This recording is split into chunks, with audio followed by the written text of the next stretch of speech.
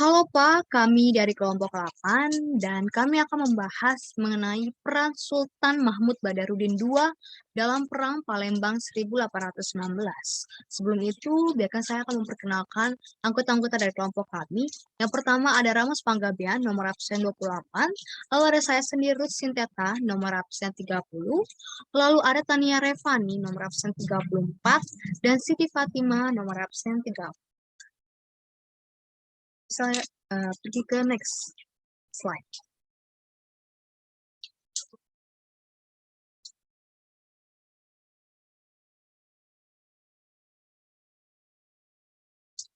Di sini ada rumusan masalah. Jadi kelompok kami akan membahas 4 poin dari rumusan masalah. Yang pertama ada bagaimana biografi singkat dari Sultan Mahmud Badarudin II.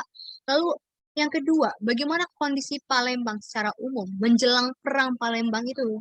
Jadi perang Palembang seperti itu. Jadi yang ketiga, ada bagaimana peranan dan perjuangan Sultan Mahmud Badarudin II dalam menghadapi perang Palembang 1819 ini dalam menghadapi penjajah Belanda. Dan selanjutnya yang keempat, bagaimana akhir dari perang Palembang ini. Kami akan membahas situasinya secara dalam.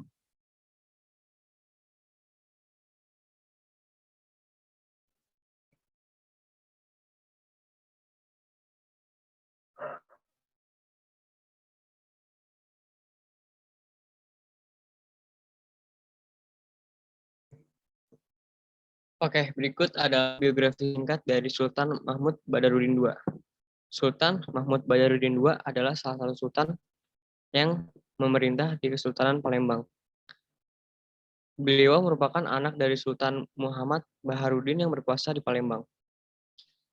Setelah Sultan Muhammad Baharudin wafat, Sultan Badarudin menjadi sultan pada hari Selasa 2 Zulhijjah 1718 Hijriah dengan gelar Sri Paduka Sultan Mahmud Badarudin Khalifatul Mukminin Sayyidul Iman, yang terkenal dengan nama Sultan Mahmud Badarudin II atau biasa disingkat sebagai SMB II. Bisa di next lagi slide.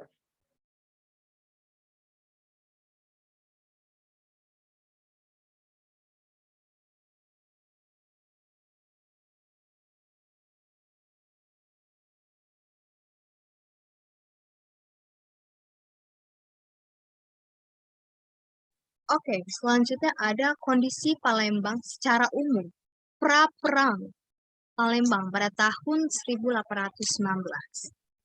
Jadi, dalam kurun waktu 16 tahun, yaitu dari 1803 sampai 1819, menjelang pecahnya Perang Palembang ini, dengan melawan Belanda, akan direkonstruksikan pada bagian ini, mengenai tingkat kematangan situasi dan kondisinya hingga pecahnya perang ini.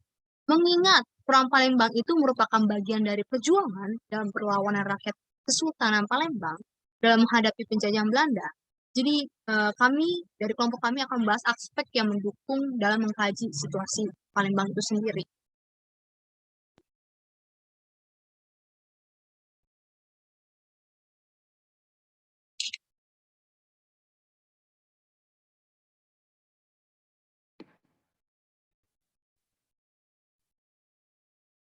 Di sini ada situasi ekonomi dan sosial. Nah, jadi perekonomian Kesultanan Palembang Darussalam itu dapat dilihat dari letak kesultanan ini yang berada di mana perekonomiannya sangat dipengaruhi oleh perdagangan dari dalam dan luar negeri. Nah, hubungan perdagangan ini itu dengan berbagai kerajaan yang ada di Jawa, Riau, Malaka, Siam, Cina, hingga sampai pedagang-pedagang di Eropa. Nah, selanjutnya apa sih komoditi utama yang mereka jual, mereka dagangkan gitu? Itu ada beras, lada, getah, kayu, dan timah. Nah, jadi selain mereka mengekspor itu ke perdagangan yang di luar, mereka juga memfokuskan itu kepada pedagang-pedagang lokal ataupun penduduk pribumi. Bisa go to the next slide.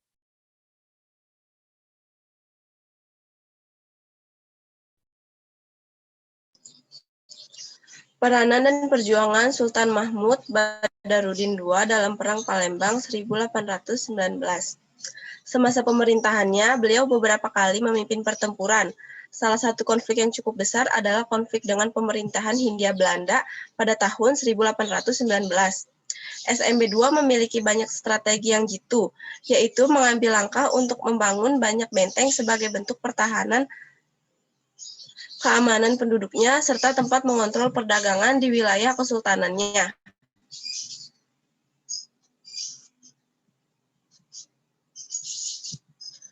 Dalam membangun benteng ini, SMB II sangat memperhatikan kesejahteraan rakyatnya dengan cara memberikan imbalan seperti makanan dan pakaian selama proses pembangunan benteng. Selama menjaga benteng-benteng, pasukan kesultanan dibekali dengan senjata-senjata yang cukup modern seperti meriam dan senapan. Senjata-senjata ini diperoleh oleh SMB II dari perdagangan dengan pihak Inggris dan Belanda.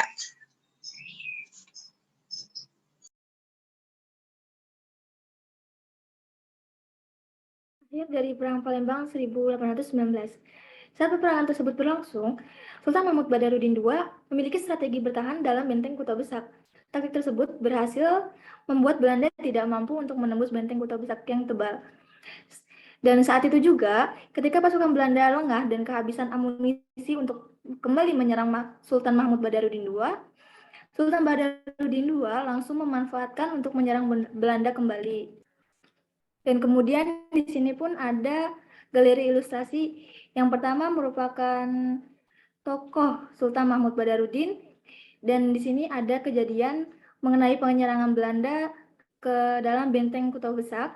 Dan kemudian ini ada gambar dari bangunan dari benteng Kuta Besak sendiri. Sekian, terima kasih dari kelompok kami. Wassalamualaikum warahmatullahi wabarakatuh.